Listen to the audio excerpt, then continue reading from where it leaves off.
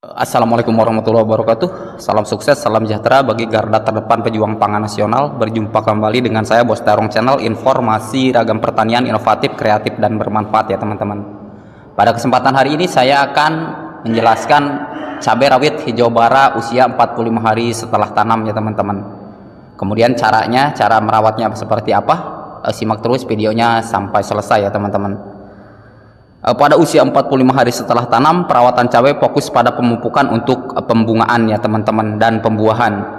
Penyiraman teratur, pengendalian hama dan penyakit, serta penopangan batang. Sebagaimana yang telah saya jelaskan pada video sebelumnya, saya sudah menggunakan ajir seperti ini ya teman-teman. Sehingga untuk menopang batang tentunya sudah kuat dikarenakan buah akan semakin lebat ke depan dan pohon semakin tinggi. Dan kemudian ya teman-teman, gunakan pupuk NPK 16-16 dengan dosis seimbang, atau saya sering menjelaskan kepada teman-teman bahwa silahkan jika ingin tidak mau ribet, gunakan saja pupuk NPK 16-16 yang memang kandungannya itu sudah sesuai untuk proses pertumbuhan peralihan dari fase vegetatif ke fase generatif ya teman-teman. Dan kemudian tips yang selanjutnya, di usia 45 hari setelah tanam, lakukan semprotan atau penyemprotan biopestisida atau fungisida jika perlu, menjaga tanaman tetap subur untuk selalu tanaman tersebut subur bertahan terhadap penyakit, serta ke depan tentunya buahnya semakin banyak ya teman-teman. Silahkan untuk tips pemupukan dan tips penyepraian, silahkan teman-teman buka pada video saya sebelumnya. Yang pertama adalah pemupukan. Kenapa kita menggunakan pupuk NPK seimbang? Jadi lanjutan pemupukan NPK, misal pupuk NPK 16-16 itu dengan dosis yang sesuai, maka satu pohon tanaman itu bisa teman-teman gunakan sekitar 50 sampai 120 gram per liter air, lalu dikocor, atau teman-teman bisa menugal pupuk NPK tersebut seperti yang setelah saya jelaskan, gunakan 1 sendok teh atau sekitar 5 gram per tanaman. Dan untuk pupuk khusus bunga, jika bunga rontok, gunakan pupuk tinggi kalium seperti MKP atau pupuk pembungaan khusus untuk membantu pembungaan agar lebih kuat dan nempel sempurna ya teman-teman. Dan selanjutnya adalah gunakan pupuk organik. Sebagaimana yang telah saya jelaskan pada video sebelumnya, kunci keberhasilan suksesnya tanaman, berbagai macam tanaman, adalah pupuk organik yang sesuai dan seimbang ya teman-teman. Maka tambahan pupuk organik ini seperti kompos atau pupuk kandang fermentasi tentunya akan memberikan nutrisi jangka panjang. Kemudian yang selanjutnya adalah penyiraman dan pengairan.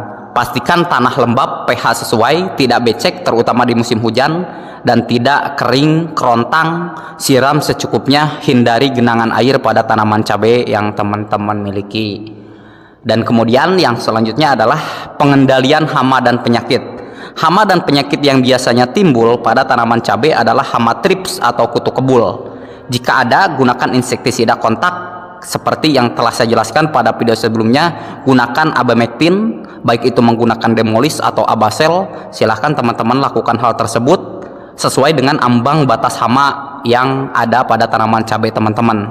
Jika memang ambang batas hamanya memang banyak, itu silahkan saja 2 hari sekali, itu tidak masalah ya teman-teman. Dan kemudian penopangan ajir itu penting karena memang sebagaimana yang telah saya jelaskan, ajir itu bisa kita buat dari bambu atau kayu di dekat tanaman cabai, terutama jika batang mulai kurus dan banyak buah ya teman-teman. Itu menandakan bahwa agar tanaman tidak roboh, kita harus menopang tanaman tersebut.